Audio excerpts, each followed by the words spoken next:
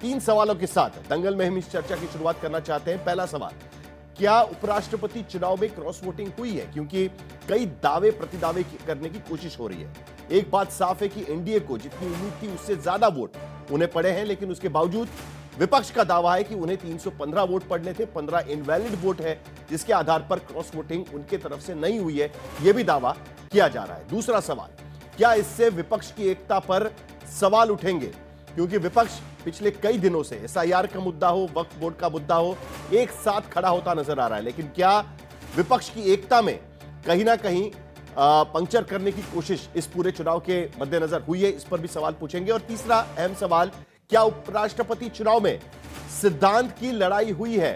क्योंकि दरअसल इसे एक आइडियोलॉजिकल बैटल करार दिया गया था, तो इसीलिए क्या अब जो कहा जा रहा है कि अंतरात्मा की आवाज सुनकर विपक्ष के कुछ सांसदों ने सीपी राधाकृष्णन को वोट किया हुआ है, एनडीए के उम्मीदवार को जो अब उपराष्ट्रपति बने हैं उन्हें वोट किया गया, ये जो दावा किया जा रहा है, तो इसीलिए क्या सिद्धांत की लड़ाई हुई है?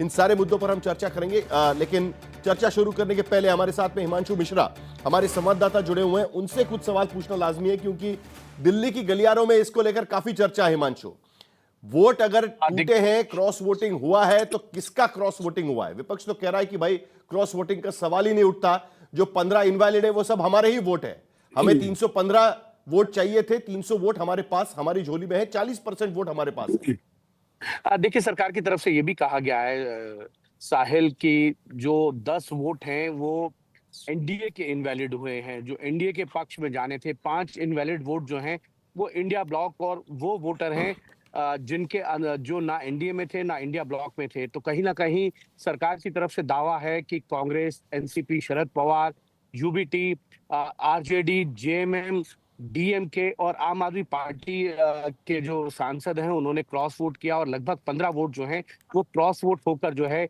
सीपी राधाकृष्णन के पक्ष में पड़े हैं। और भारतीय जनता पार्टी का ये दावा है कि उनको ये कोशिश जरूर थी कि बीजेडी और बीआरएस को भी ऑन बोर्ड लाया जाए, जिससे उनकी संख्या जो है वो 263 होती, लेकिन ऐसा नहीं हो पाया। और कई कारणों से अगर आप देखेंगे तो अगर भारतीय जनता पार्टी और एनडीए के वोटों में 10 इनवैलिड वोट आए हैं, तो उसमें ये भी उनका दावा है कि जो बॉक्स थे नाम के आगे, उस बॉक्स के अंदर आपको जो है एक लिखना था और बॉक्स के बाहर अगर आप लिखेंगे तो इनवैलिड हुआ। तो 7 ऐसे वोट थे जिन्होंने बॉक्स के बाहर जाके जो है सीपी राधाकृष्णन के लिए वोट तो किया, लेकिन वो इनवैलिड हो गया। ऐसे ही 2 ऐसे मत थे जिसमें उन्होंने शब्दों में जो है वो लिखा। तो 10 जो इनवैलिड वोट हैं वो एनडीए के हैं, 5 जिसमें इंडिया ब्लॉक और बाकी ऐसे दल हैं जो ना इंडिया ब्लॉक में थे ना एनडीए में।